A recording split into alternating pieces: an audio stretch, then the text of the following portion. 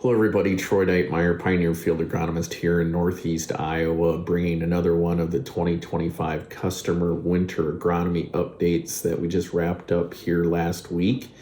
And this one here, we kind of titled, this section we called Best Way to Apply Fungicides, but in reality, it was kind of discussing what we're seeing with drone use and fungicide applications. And so there's been some recent studies done by numerous universities, including the University of Illinois, Iowa State, and Missouri, where they compared some of the newer drone models to, say, helicopters and airplanes. And I do believe maybe even the ISU study included ground rigs in there.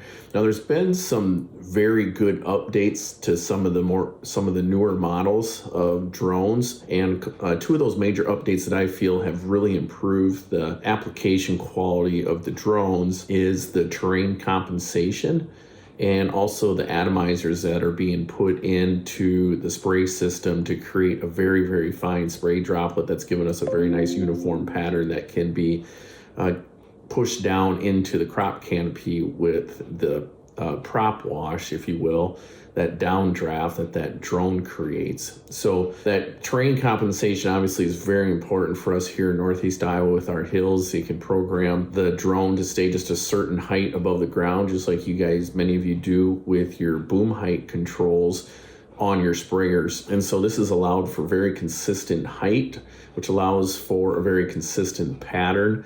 And then also in areas where we're not flying as high above the crop, we don't have near as much evaporation loss from the time it leaves the drone until it hits the crop. You know, one of the things that I guess I've always seen as an issue with fungicide application is basically the timing as well as application errors. So, you know, maybe that ground rig's driving over corn, or maybe the airplane or helicopter is flying too high or too low and we don't get a consistent pattern.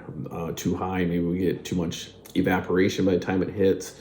And so any system can be good the way I guess the data is going to show here, and any system can be poor based on the timing as well as the operator. And as for the timing, once again, we see here in Northeast Iowa that VTR1 time frame is an excellent time to be going ahead and pulling trigger, maybe up through brown silk. And even with the threat of tar spot, a couple of years with the heavy tar spot that we've had, it does seem like with the Pioneer genetics and the tolerance that those hybrids have to tar spot, and one well-timed fungicide application can do what we need. But I'm going to show you studies here from the University of Missouri. And essentially what this first chart is showing you is the fungicide spray coverage at the ear leaf and the ear leaf plus 2, I guess I should say. And, you know, kind of showing the spray coverage that was done. You can see between the different rates as well as applications that, you know, the drones are hanging in there quite well compared to the helicopter or airplane, other aerial applications. So, and those were done with those spray cards to show the pattern. Now, obviously, there's some variability in the data, but that's typically what we see when we're doing this kind of research.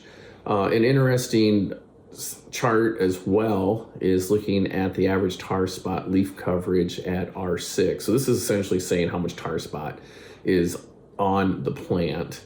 And you can see once again that the drone is doing a pretty darn good job with controlling the leaf disease.